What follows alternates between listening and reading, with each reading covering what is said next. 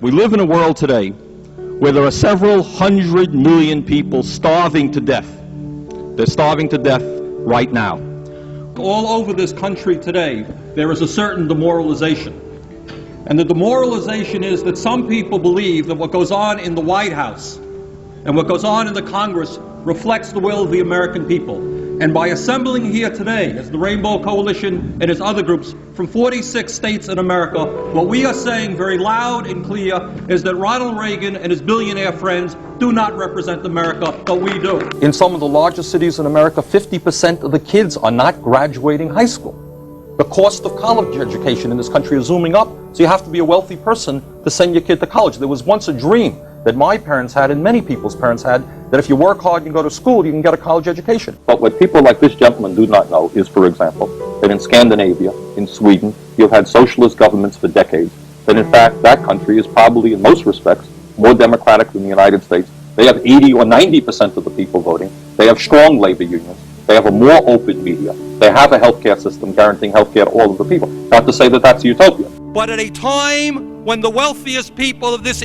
country have seen a tremendous increase in their income, while at the same time the standard of living of working people and poor people has declined, I will be damned if I will vote for a proposal which will stick it to the middle class and the working people. And Mr. Speaker, I've got a problem. I've got a problem with a president and a Congress which allows 5 million children to go hungry, 2 million people to sleep out on the streets, cities to become breeding grounds for drugs and violence. And they say, we're getting tough on crime. If you want to get tough on crime, let's deal with the causes of crime. Let's demand that every man, woman, and child in this country have a decent opportunity and a decent standard of living. Let's not keep putting poor people into jail and disproportionately punishing blacks. While our children go hungry and sleep out on the streets, lack adequate health care or educational opportunity,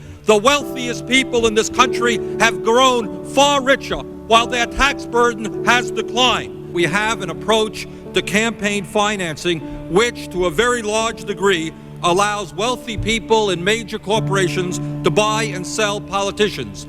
The rich get richer, the poor get poorer, and ordinary Americans are shut out of the political system. The United States today is one of 2 nations in the industrialized world that does not have a national health care system. That has to do with campaign finance reform. The United States today, the chief executive officers are seeing their salaries soar, and the gap between the rich and the poor grows wider.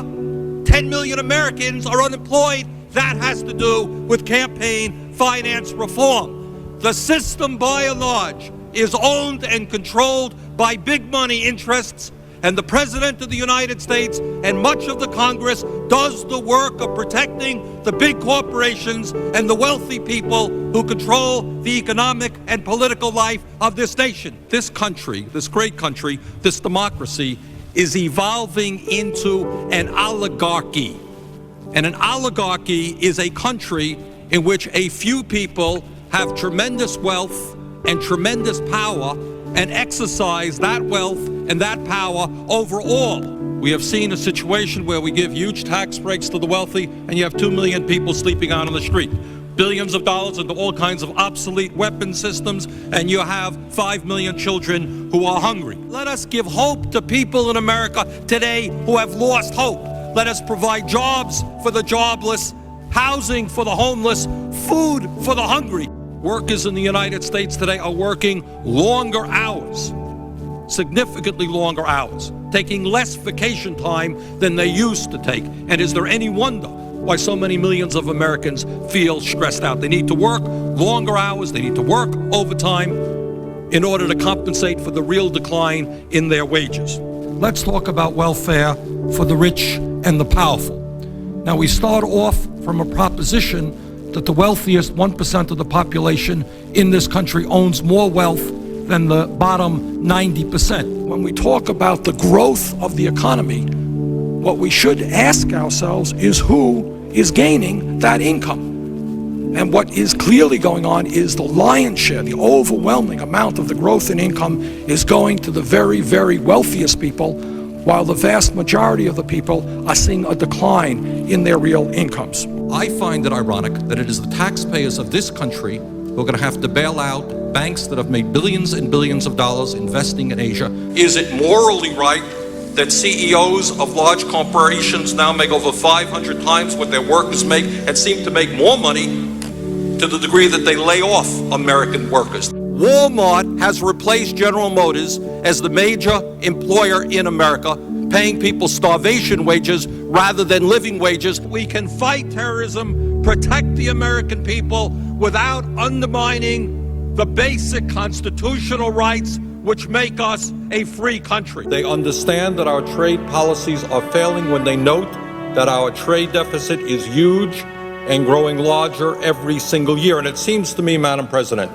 that before we go forward again in pursuit of a failing trade agenda, we might want to sit back, take a moratorium, understand why our trade policies are failing, and then put together trade agreements that work for the working people and the middle class of this country rather than just the CEOs of large multinational corporations. The wealthiest 1/10 of 1%, 1/10 of 1%, 300,000 men, women, and children now earn more income than do the bottom 150 million Americans. No matter how many children live in poverty, no matter how high the unemployment numbers are, they want more and more and more.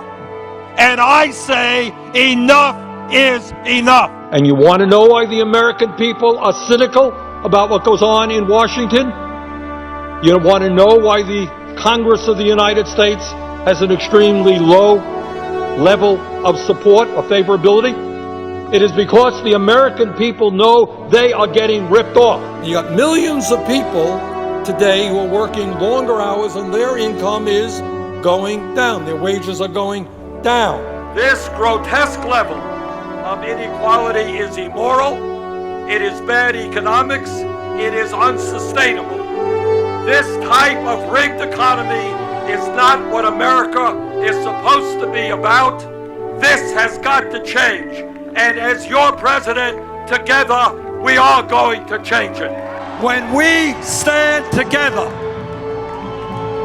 there is nothing that we cannot accomplish. And I pledge to you that every day I will fight for the public interest, not the corporate interest. I will not abandon any segment of American society, whether you're gay or black or Latino, poor or working class, just because it is politically expedient at a given time. So let us go forward together and let us tell the Republicans that their reactionary agenda may work for the billionaires, but not for ordinary Americans, and we are going to defeat them. Thank you all very much.